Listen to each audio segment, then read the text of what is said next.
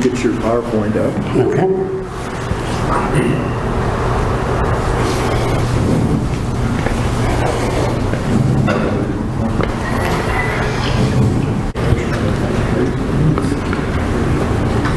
Yeah, the system's reboot. Oh, okay.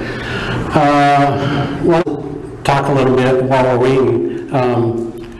I brought a bunch of my brother's stuff back there. I know a lot of you have seen it. You know, one of the things my brother used to say is he didn't have a story. And I always told him, hey, you went to boot camp, you have a story. Hey, you were on an aircraft carrier, you have a story. You know, and I know anybody that's been in the military, you know what I mean. It doesn't take much to have stories because our military is full of characters. And unfortunately, I'm not going to be able to get all those minute details because he never told me. And so it's a regret of mine that I didn't ask those questions more deeply. And but hopefully we can get the PowerPoint up here and we can get rolling. My brother, I'll go to my family story and then we'll get to the pictures in a minute. But my family has a unique history, and I always tell the kids the only reason I'm in Orange County today is because of World War II. And you say, what do you mean by that? Well, my mom's family lived in Oklahoma, and if you know anything about the 30s in Oklahoma, there was a depression going on. And then through the late 30s and early 40s, there was a drought. And so my grandfather was a farmer. And as you know, they didn't have a lot of irrigation systems or anything like that. They prayed for rain. And so with that drought, and they call it the Dust Bowl, a lot of people bailed out of Oklahoma and through that whole area. And my grandfather came to Orange County and came to Westminster. And, okay, we're good to go? Yeah. And so, I had to book it in here. So the guys went over. So this is a picture of my brother. He's kind of a war baby, like I was talking about, but I love this picture here. I'd never seen it before. My brother passed away, but it's my mom and dad and my brother. We'll get a little bit on their story here in a second. So once again, my grandfather, he came to Westminster in the summer of '41 and began farming. And a lot of times when you hear farming now in California, you think, well, Hispanic workers, migrant farm workers. And back then, that was not the case. In Westminster, it was Japanese. And so that was summer of '41. So what happened December 7, 1941? Pearl Harbor happened. My mom was going to 8th grade at Westminster School. There was one school for all grades. The majority of her classmates were Japanese, and they were all interned at Poston internment camp. And so, once again, my grandfather was out of work. And so he tried to join the war effort, but he had polio when he was a child. So he had a really bad limp and was just not healthy. So he was turned down. He sought work and found it at South Coast Company. Is the top one the pointer, Scott, on this one? Yes. And so this is Newport Pier right here. Down here, Navy ships. Yes, they built ships right in Newport Harbor. And so if you go down to the Spaghetti Factory, right behind Spaghetti Factory is South Coast Shipyard. It used to be called South Coast Company. And this was my grandfather's badge up here. I have his badge. It says South Coast Company, Newport Beach. Now my dad, he had a farm in West Texas, Runnels County, Rowena, Texas. He had never left the farm. His parents died when he was very young, and so he went through the 8th grade and started pretty much working the farm. They had 320 acres of cotton. And if you've ever been to West Texas, it's rural. It's out there, you know. A little side note to that, it was kind of a bucket list to go there. My wife and I went there. We found the farmhouse close to where the property was, and the guy's father had bought the property from my dad. and it was all just dirt because they had just harvested the cotton. But my wife drives up, we get out of the car, and she hit the door lock, and you hear the beep beep. And the lady comes out of the house, she goes, "Y'all not from around here," because there's miles of nothing out there. But we're all creatures of habit. Anyways, my dad came out, joined the Army Air Corps. And after his training at Minter Field up by Fresno, Bakersfield area, he came down and was stationed at the Santa Ana Army Air Base. This was his first time at the beach. He never left West Texas. So this is a picture of my dad where he was working on the Santa Ana Army Air Base. He was part of training department. And this is one of the buildings. If you guys haven't been to Heroes Hall at the fairgrounds, I highly encourage it. Upstairs is the history of the base. And the top is the entrance to the base, the Santa Ana Army Air Base, which was located almost directly across from the Santa Ana Country Club entrance. Now, and I tell kids all the time, people don't realize we're sitting on the base right now. So the Santa Ana Army Air Base encompassed Baker to Harbor to Newport to Bristol. So that whole square was base. It was all roped off. So what happened is basically when the guys would get a pass on the weekend, they would go down to Newport and hunt for girls. Imagine that. So I asked kids, how old does my mom look in this picture? That's her wedding picture. So she was 16 years old. She did 1 year at Harbor High School and they got married. And then my brother was born. Could we get that picture down a little bit so you can see the screen? My brother Larry served in the Navy, and he was on the USS John R. Perry, which was a destroyer escort out of Hawaii. I spent a lot of time off the coast of Vietnam. And then myself, I did 30 years in the Navy and 9 ships and a tour in Iraq.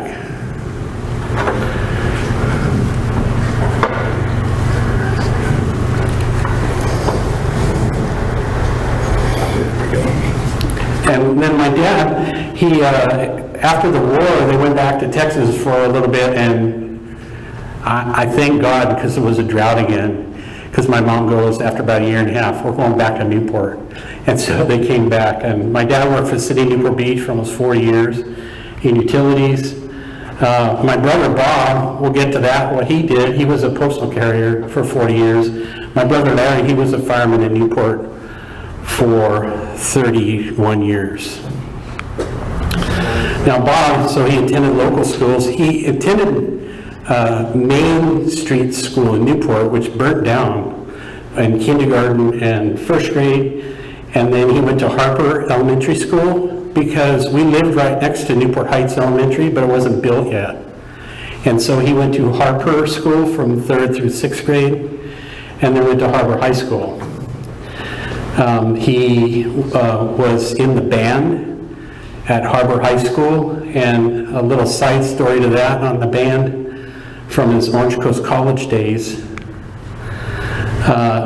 He played in the band while Scott was on the football team playing football in the Junior Rose Bowl in 1963, and also played with Tim Richards at Harbor High School. Pretty small world. Anyways, I brought a saxophone in today. It's on there on the back counter. But he was quite an accomplished. He always bragged about being first chair. I don't know what that means, but I guess that's pretty good. And his wife Barbara also played a saxophone, and he always could boast that he was first chair and she was second chair. So why did he enlist? I talk a little bit about legacy. What is a legacy? It's something that you pass down. It's something you handed down. So my dad served in the Army Air Corps, which, became the Air Force. And so you would think maybe that he would have been slighted to go into the Air Force. But it just so happened that at Harbor High School, and I just found this out, I didn't know any of this. At Harbor High School, when he was between sophomore and junior, they had a field trip where the Navy League and the Navy Recruiting District took boys down to San Diego on the USS Tortuga, which is pictured here, and they took him out to sea for the day. He loved that trip so much that he started inquiring about the Navy. And one of my dad's co-workers was in the reserves, took him down to the LTA base, which is the lighter than air base in Tustin, and he signed up as when he was between his junior and senior year in high school. And so upon graduation from high school in 1961, he attended boot camp down in San Diego. I got these pictures from his cruise book from the boot camp, which is back there on the shelf. But basically, when you landed in San Diego, and literally it was a week after he graduated high school, he went down to San Diego. Once again, they streamline you through. It's like a factory in boot camp, as most of you know. They got all their initial clothing. Now, back then it was a little bit different. Now, today, when you go in the military, you'll take the ASVAB. As a matter of fact, I heard there's a different test that they're taking. It's a little bit different than the ASVAB. And maybe you might know what the name of it is. No, I didn't know they changed it. Yeah, I just heard about it yesterday. One of my old Sea Cadets had to go take a different test, but it was not the ASVAB, it was a modified version. Anyways, when they went to boot camp back then, they didn't classify you until you went to boot camp, and then they took the ASVAB right there, and then they take you in a room, and they ask him, what are you good at? And he said, well, I can type pretty good. And so hence his job classification, which we'll go into in a minute. One of the things in boot camp, I know different services have different things, but this is actually Bob's Blue Jackets manual. This is kind of the Bible for someone who's going through recruit training. And while down in San Diego, it's not there anymore, but the recruit training was right next to MCRD, where they trained the Marines. And so all day long, we watched the Marines working out while we marched to class and got instructed in seamanship and navigation and basic seamanship and also firefighting. You know, they say every Marine is a rifleman, but in the Navy, every sailor on a ship is a firefighter. When we have general quarters or when we have any kind of damage that happens on the ship, whether it be fire, flooding, electrical issues, we go to general quarters and everyone has a spot. And a good majority of the crew are put into what they call repair parties. As you know, through these past years, there's been some ships that have had collisions and get blown up, portions of them. And the only reason they stay afloat is because of the damage control teams that come along and thwart the fire, flooding, in order to make them able to get back to port. And then up here, the famous inoculations. We were doing immunizations before it was cool. And I know when I went through, they had the guns with the air. It was just all air injected, no needles. It was just both sides, bam, bam. Walk to the next station, bam, bam. And 14 shots later, you're getting out of boot camp. And you pray that you keep your immunization record, because if you don't, guess what? You start over. You start over. It was funny, when I went to Iraq, I actually had to get the smallpox again. And I mean, they take out those, whatever it is, 12 needles, and they stick each one in you. You know, remember those little things under your arm? I got one of those again, because they said I needed a booster. I don't know. They actually had the M1 rifles at the time. This is Bob. Bob was a pretty small guy, but you know what? By the time you get done with boot camp, you're pretty strong, because those things are 9.5 pounds, and they make you hold them out there for a very long time if you do anything wrong. And so down in San Diego, it's still there. It's called the Uss Recruit. And it's the only commissioned ship that's never been to sea. It's just a phony ship. It's right into the asphalt down there. And it's right down by Harbor Island in San Diego, where the old boot camp used to be. if you go down Harbor Drive past where the airport is, you'll see it off to the right-hand side. And it's kind of neat. They basically would bring us on there and teach us seamanship, deck handling, all different kinds of things. And though some people wouldn't be, like I talked about for firefighting and damage control, there's also evolutions at sea where you may be outside of what your job is, such as sea and anchor detail. When you have sea and anchor detail, you know, pretty much everybody has a job. Refueling underway, everybody has a job, and so it may be outside of the scope of your work, but you know, I used to run the anchor windlass. I mean, I was a welder, but my job was at sea and anchor was the anchor windlass, so I had the brake the chain brake. That was my job on that. As you can see, these guys they're working on the chain here. This is kind of cool. They didn't have this when I went to boot camp, but they actually had boat races. So it was kind of an island where the boot camp was. They had to come over the bridge every day, but they had these little boats and they'd have races, you know, for team building. And so I'll tell a joke. The skipper of the boat comes up to the front. He goes, "I got good news and I got bad news today." They said, "What's that?" "Well, the good news is the captain's birthday." So what's the bad news? The bad news, he wants to go water skiing. Okay, but this was his boot camp graduation day, and there he is, a Navy sailor. And once again, here's his boot camp class. And where is he? He's somewhere in there. I got the picture back there, so. 1961. Now, he went in a program where he went to boot camp, and then he went in the reserves. Now, the reserves, that's a different pot of money. And so they had a program where they had a 4-year college deferment. So he went to boot camp, and then that was it. He went home, and then he went to college. So he went to 2 years OCC, and then he went on to Orange State University, which is Cal State Fullerton, before he went on to active duty.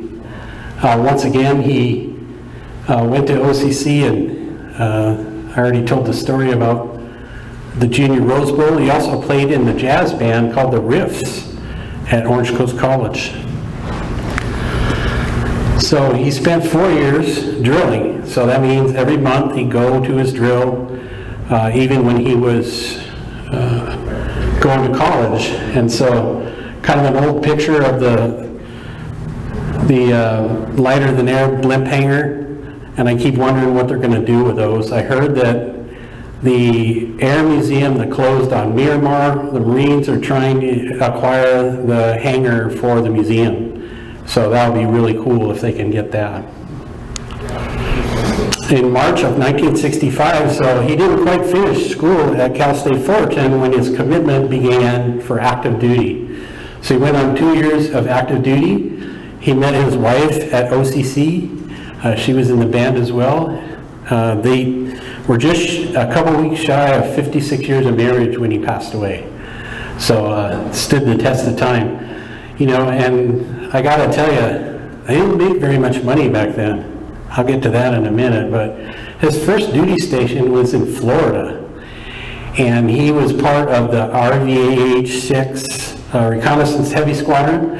And the Navy had just moved them from Washington to Florida. So they changed out the A-4s for the A-5C Vigilantes.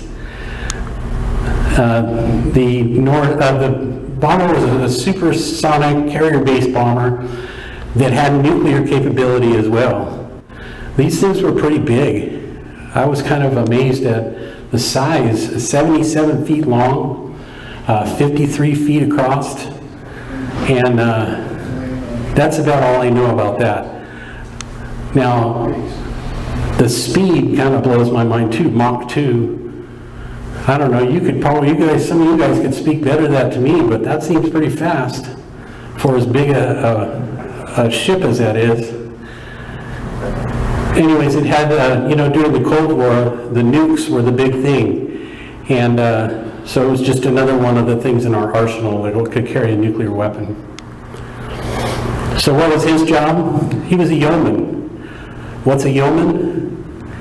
I'm not going to say it's a secretary, but the bottom line is his job was, as he told that recruiter, he was good at typing. Now, Bob could type 70 words a minute. I challenge any of you to go back there to that typewriter and type 70 words a minute. That's lightning.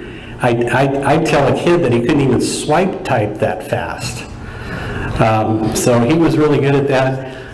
When he got to Sanford, Florida, to his squadron, he was doing a lot of typing. Because every time they had an op order, every time they had to go somewhere, he had to type those things up. So if you can imagine, hey Tegel, I got a 50-page op order I want you to write with no errors and to get to the commander before you go home. So he did a lot of time behind the typewriter. Now his chief, when he first got to Sanford, Florida, had just transferred from the Yeoman A School, which was in Bainbridge, Maryland. He said, hey, they have a modified 2-week course I think you need to go to. So he went to Bainbridge, Maryland. He came back to California, got his new wife, and drove her back to Florida. And they just got all set up. He took the advancement exam and made E5, or second-class yeoman. They didn't have a position for a second-class yeoman within the air squadron. So they transferred him to the USS Wasp, which is a carrier, which served him many years. It's served at the end of World War II for many years. Now he served on it from November of 65 to February of 67. Now they say that the aircraft carrier is a city at sea. The carriers today, they have 6,000 men and women on there. Of course, the Wasp was a smaller version of the carrier, but it still had 2,400 men aboard. That's a lot. I mean, think about that perspective, how many people that is, 2,400. Think about all the food and all of the things that have to happen. It's funny, I found this, some of you Navy guys will laugh because I know I have a bunch of these too, but right at the top it says, do not remove from the ship. It's a plan of the day. And it's a plan of the day from when the Gemini mission came down. But one of the things that I thought was funny was they had the level of water. Being an engineer, water is so important on a ship. How do you get fresh water on a ship? Anybody? Evaps, right? Evaporators. So they take seawater and they take out, they steam it and then they take it out and make water. So it's hard. It's a hard thing to make. Now if you got 2,400 men on a ship, that's a lot of water. Not only that, but for the engineering fresh water that you need to run the ship. But it was funny because they're telling people to make sure and take a Navy shower or else there'll be no showers. And I remember many times if they caught people abusing water, they'd make them go stand evap watch. And so basically they'd send them down in the engineering space and they'd have to stand a 4-hour watch looking at the gauges and taking readings. And once they did that, they never waste water again because it's over 100 degrees down in the main spaces. So he embarked the USS Wasp on Admiral's staff. Somebody said, how did Bob get on Admiral's staff? You're supposed to be tall and good looking to get on Admiral's staff. And I said, I don't know, but I think maybe because he was just a really good guy and a really good typist. And, once again, he said he didn't have a story, but, on his time on board the WASP, they picked up 2 Gemini missions, Gemini 9 and Gemini 12. I always used to say Gemini, but in watching a lot of the programs, it's Gemini is the proper pronunciation. His primary duties were to assist the chief yeoman, and here's a couple pictures of him. Payday. You know, today, you go in the military, the first thing they want is your bank account number so they can do auto deposit. But back in the day, the way we got paid was they would call, usually by social security number, down to the mess decks to get paid, and they just pay you in cash. And I found this 1966 W-2, so for the whole year, and they lived in Boston, which was not cheap, by the way. For the whole year, he made $3,381 for 1 year. No complaints anymore, right?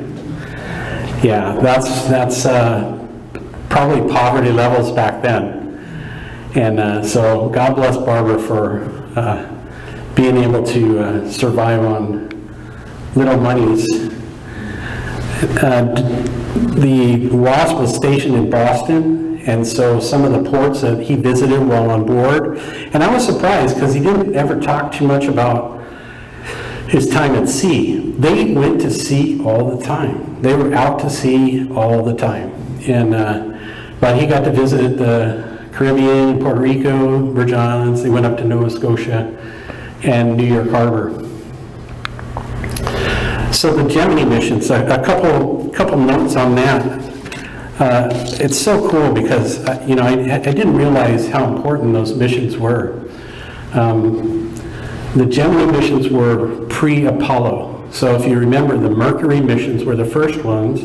The Gemini missions were the second set, and their goals were to get humans used to being in space and getting around equipment and doing the rendezvous and docking. There was a lot of procedures that had to go in before they get to the Apollo missions to actually get them to the moon. They had to do all these experimental things, and the Gemini missions were the extravehicular activity outside of the spacecraft. And so Gemini, I found out, was Latin for 2. The Mercury missions only carried 1 man. The Gemini missions carried 2. I was really shocked at how small the pods were that came down. I mean, if you look at this on the 9 feet at the base, and realistically, they weren't very big. It sounds like graduation outside. The Gemini 9 mission, when they landed, and by the way, both landings, the Gemini 9 and the Gemini 12, the WASP picked up. He witnessed visually the splashdown on both of those. But in the Gemini 9, the astronauts actually took time with all the sailors and signed the cachets. Must be graduation day. Gemini 12 was Lovell and Buzz Aldrin, and they didn't sign. So I thought that was pretty crummy that those guys didn't sign. But Did he take the slides? he took a lot of slides, and actually he took film footage, which I haven't found yet. I'm still going through his stuff. He showed them locally here, didn't he? What's that? He showed them locally, didn't he? What's that? Take them out and show them to student groups and stuff like that? Yeah, no, he didn't do that. But I will say, I have a little thing that I'd like to read. It'd take me a few minutes, but I thought it was pretty neat. And this was typed for the people that were on the ship. And so it's like, "Dear Mom and Dad, here in the warm waters of the Western Atlantic, history is being made. Fiction will become fact and will secure still another footstep in the lonely stars. The assignment was to send 2 men into space, have them orbit the Earth, and while in the midst of the star clusters, perform several extravehicular activities. This they accomplished, and NASA was happy. The astronauts headed for home. Days prior to the launch, Atlantic Recovery Group, led by the Carrier Division 14, was steaming to its pickup position, waiting, listening, frustrated by two 24-hour postponements. It remained undaunted and on task. During the days of waiting, the division went through the motions of recovery, simulated splashdowns held, utilizing boilerplate dummy capsules, followed by press and innumerable, I'm sorry, I didn't bring my glasses. After working hours, the division, press events, NASA events, blah, blah, blah. All of this was a prelude to the next mission. At 3:21 on 15 November 1966, the Gemini 12 manned space capsule containing command pilot James Lovell and Edwin Aldrin splashed into the sea, 5,600 yards from the main recovery ship Wasp. 3 record spacewalks, 6 orbits around the Earth, dramatically ended Project Gemini for America. To the men of the sea and to those of the new space age, this is a triumph that will only be surpassed by the accomplishments of the future. So then my brother wrote, this pickup was really fantastic. I got splashed down on movie film and slides and believe that it is the best mission I've ever been on. It was really great to hear the cheer that went up when, clearly visible to everyone, the capsule came down and made its historic splash in the annals of space technology. The astronauts were picked up. The weather, which was supposed to be perfect, wasn't very good for pictures. It is terribly cloudy and windy. After the capsule pickup, the astronauts chatted with the officers in the wardroom and then attended a cake cutting ceremony. This ends a very momentous day. Love, Bob. And it was just, I watched the recovery on a TV show, and it was just so neat to see when they panned to the ship. I'm like, hey, my brother's right up there taking the video. Oh, but he doesn't have a story, right? So that's one of the reasons I put this together. Go ahead. I can fill in a little bit for you. I was on underwater demolition team in 66, 67. I was fortunate enough to recover as a frogman one of the early Gemini unmanned, so there wasn't any publicity, and one of the Apollo, first of the Apollo unmanned. So I was on those. And they seem small that way, but when you're in the ocean and this thing's coming at you, it's pretty big. Yeah. It's like a double the size of a pickup truck coming to you. That's amazing. It floats really fast. That's amazing, and thanks for sharing that. My brother actually took these pictures. I mean, how cool is this? And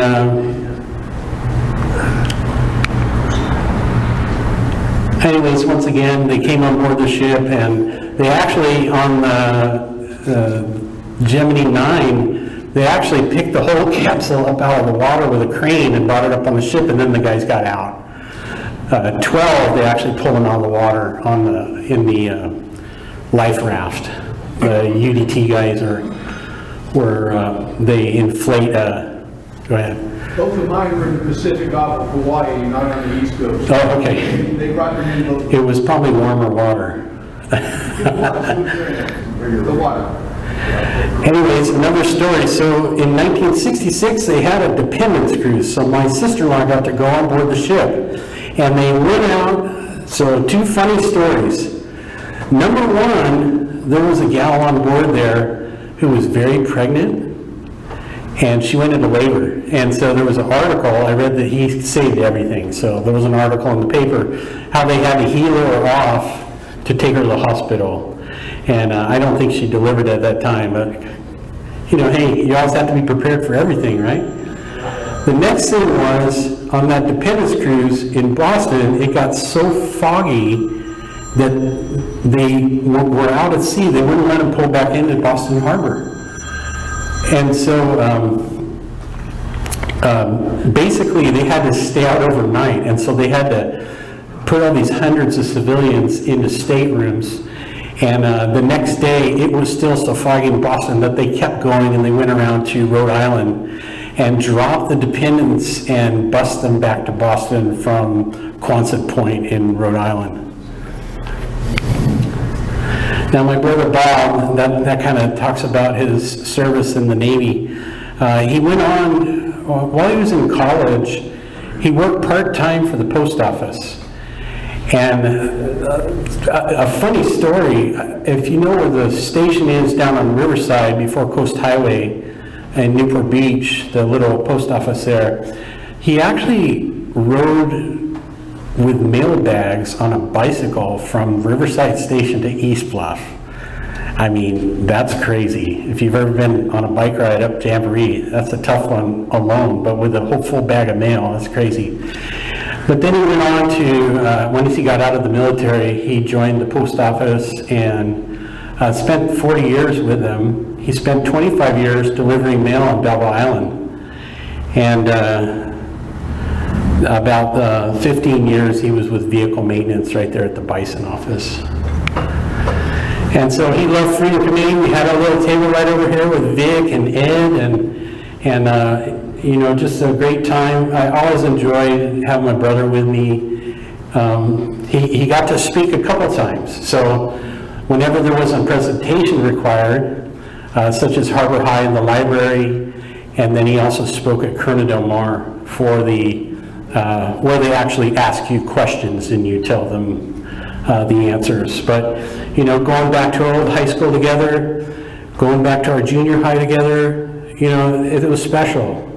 You know, Freedom Committee is very special, and I feel so blessed to be part of it. And thank you, Frank Pangborn, who's on the call, for inviting me to come to Freedom Committee, because it's really been a blessing for me and my family, and just getting me and my brother together. So, you know, I know Vic Riel, one time, he told me, his wife goes, "Why do you go to those things? You hated the Marine Corps when you were in." And, you know, it's like one of those things where it's a love-hate relationship. You know, you may hate when you're in, and you may whine and complain, but, you know, the camaraderie and the fellowship that you get in the veterans groups is so special and precious. And I know my brother enjoyed coming and talking with all you guys. And I just wanted to give you a little glimpse into the guy who said he had no story. Yeah. And so I hope you guys enjoyed the presentation today, and if you have questions, I could try and answer them. That's what I got. Tim? Gary, can you describe the uniform that the sailors wear? I understand there's a lot of tradition in it. Oh, you know, there's so many different variations. It's funny because one of the pictures in there, you saw them in the blues, that they were called undress blues. But once again, they had the dungarees back then when my brother went, but he actually was issued a flat hat. I should have brought one. Flat hat, it was just a black hat with the U.S. Navy on the front.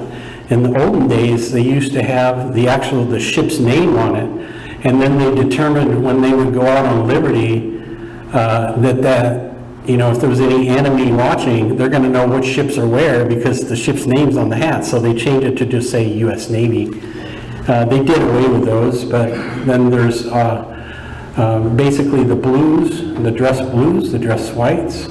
No one likes the whites. They look good, but man, they get dirty fast. A story about those, one time I was in Kagoshima, Japan. There's an active volcano there, and we were required to wear our uniforms out on liberty. And the Dixie cup is the white hat. Because it's an active volcano, it was filled with ash. Kept having to dump it out. Well, so we're out in town, and this volcano is spewing ash all over. It started to rain. Yeah, you can only imagine. It was a mess, you know. And so the uniforms, boy, they've changed over the years. I have so many different uniforms. If you have a specific one, I can tell you, but You know, probably the most popular is the dress blues, and those are the piping with the flap in the back, and the pants have 13 buttons on them, and flared pants, and they look pretty good. Go ahead. His boot camp didn't seem to be very long. Is that a special boot camp just for reservists? No, his was 8 weeks, and typically 8-9 weeks is how long boot camp was. So he went to full boot camp. He just didn't go on to school or anything like that until later on. But yeah, he had an 8-week boot camp. I noticed a picture in boot camp, they were skinheads. Did they cut all the hair off? Yeah, they cut all the hair off. You know, they buzz everybody. I know for me, you know, I'm talking about in the, you know, the long hair days, the guys would show up and they had really long hair, and man, there was no mercy. Those guys, if you didn't tell them you had a mole, it was going to be gone. And so that's one of the things they tell you. If you got a mole and you know about it, you better tell us, because it's going to be gone if you don't. And they get through fast. I'd say no more than 20 seconds, 30 seconds to get your hair off. It's fast. Gary, we got a question from the Zoom group. Okay. Said, can you ask if they kept the ship out for a certain amount of time after they picked up the Gemini because of the capsule coming back from space? Yeah, it's interesting. If you'll watch any videos on YouTube, there was zero, because they weren't actually on space, like on the moon. The only guys that were quarantined were when they actually did the moonwalks. And we actually spoke to, I met a guy, and he was a photographer. I think he was at the Roundtree Gardens, and he was telling me he was actually one of the first people to actually touch anything actually from space, because even though the astronauts are quarantined, they let him go in and take pictures. And he gets this dust all over him. He's like, what is this? And it was the dust from the moon. And so, but not for the Gemini missions. They were not quarantined at all. And so they basically picked them up and they rode right back in. And what amazed me was how close they got to the ship. I mean, some of the recovery videos that I watched online, you can actually see the ship as they're coming down from the pod. And the amazing heat that was coming off those when they were making re-entry into the atmosphere. If you'll notice, the pods, they're completely black because they burned everything off. And they also lose connection for quite some time. So basically they know it's coming, they don't know when, and they see that parachute come out and drop down, and it's just an amazing, like my brother said, if you can imagine, 2,400 people cheering, waiting for the thing to come down. It was probably pretty amazing. I was just curious, when you moved back to Texas, to look for your farm and everything, did you say you found your farmhouse, or was it there? No, the farmhouse had all burnt down years before, and then the neighbor lady across the street, they said the critters took it over within 6 months after the lady died. But it was all just cotton. It was great. I got a piece of cotton and took a picture out there, but man, we had just left my daughter's house in North Dakota, and it was 0 degrees. And down there, it was over 100 degrees in Texas, in West Texas. So we had both, on that trip, we had both extremes. And like I said, till the day my dad died, I thanked him for coming back to Newport. I got to grow up in Newport Beach, and another little side note on that, my dad bought a home in Newport Heights. And if you know anything about Newport Heights, it's pretty exclusive, pretty high-end neighborhood. He bought his house for $7,000 in 1947. And, it just, my mom was always mad because she said for $9,000 they could have gotten an ocean view and a fireplace. And so she was always kind of mad at my dad for, but even at $7,000, it was hard. It was hard. Like you saw my brother's little W-2, they didn't make very much money in the military. And so anyways, any more questions? Go ahead, Ronnie. You told me, correct me if I'm incorrect, but I think John Wayne's Park used to be Ensign Park. Yeah. Named after, of course, the superintendent of schools, but Right. I went to school at Ensign, and you were telling me, I think, that John Wayne's youngest son, Ethan, yeah. Ethan, went to school with you, or you knew him? Yeah. Ethan Wayne, he was a year ahead of me in Harbor High School. Yeah, but they also run Ethan Wayne is in charge of the John Wayne Cancer Foundation. Yes. And my next door neighbor is John Wayne's granddaughter. And a little side note to that, when I was in Iraq, I spent a year in Iraq. And the John Wayne Cancer Foundation is really big on protection from the sun. And my neighbor knew I was in Iraq, so basically he asked me how many people were in my unit. I had 26 people in my unit. He sent me 26 John Wayne t-shirts, and he sent me all the sunscreen.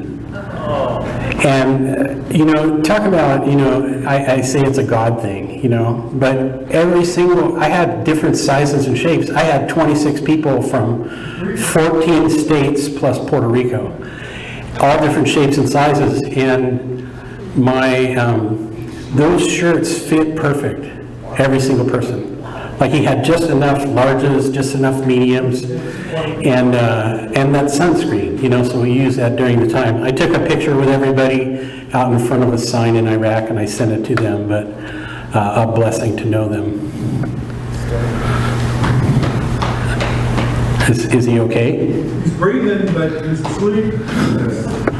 Got the dentist appointment. I guess I put Malcolm to sleep back there. You gonna go to the dentist today? Anyone? Tom, go ahead. Let you know, great presentation of the property, so. Thank you, Tom. Appreciate it. Thanks, guys. Appreciate it. All right, thank you, Gary. Very well done.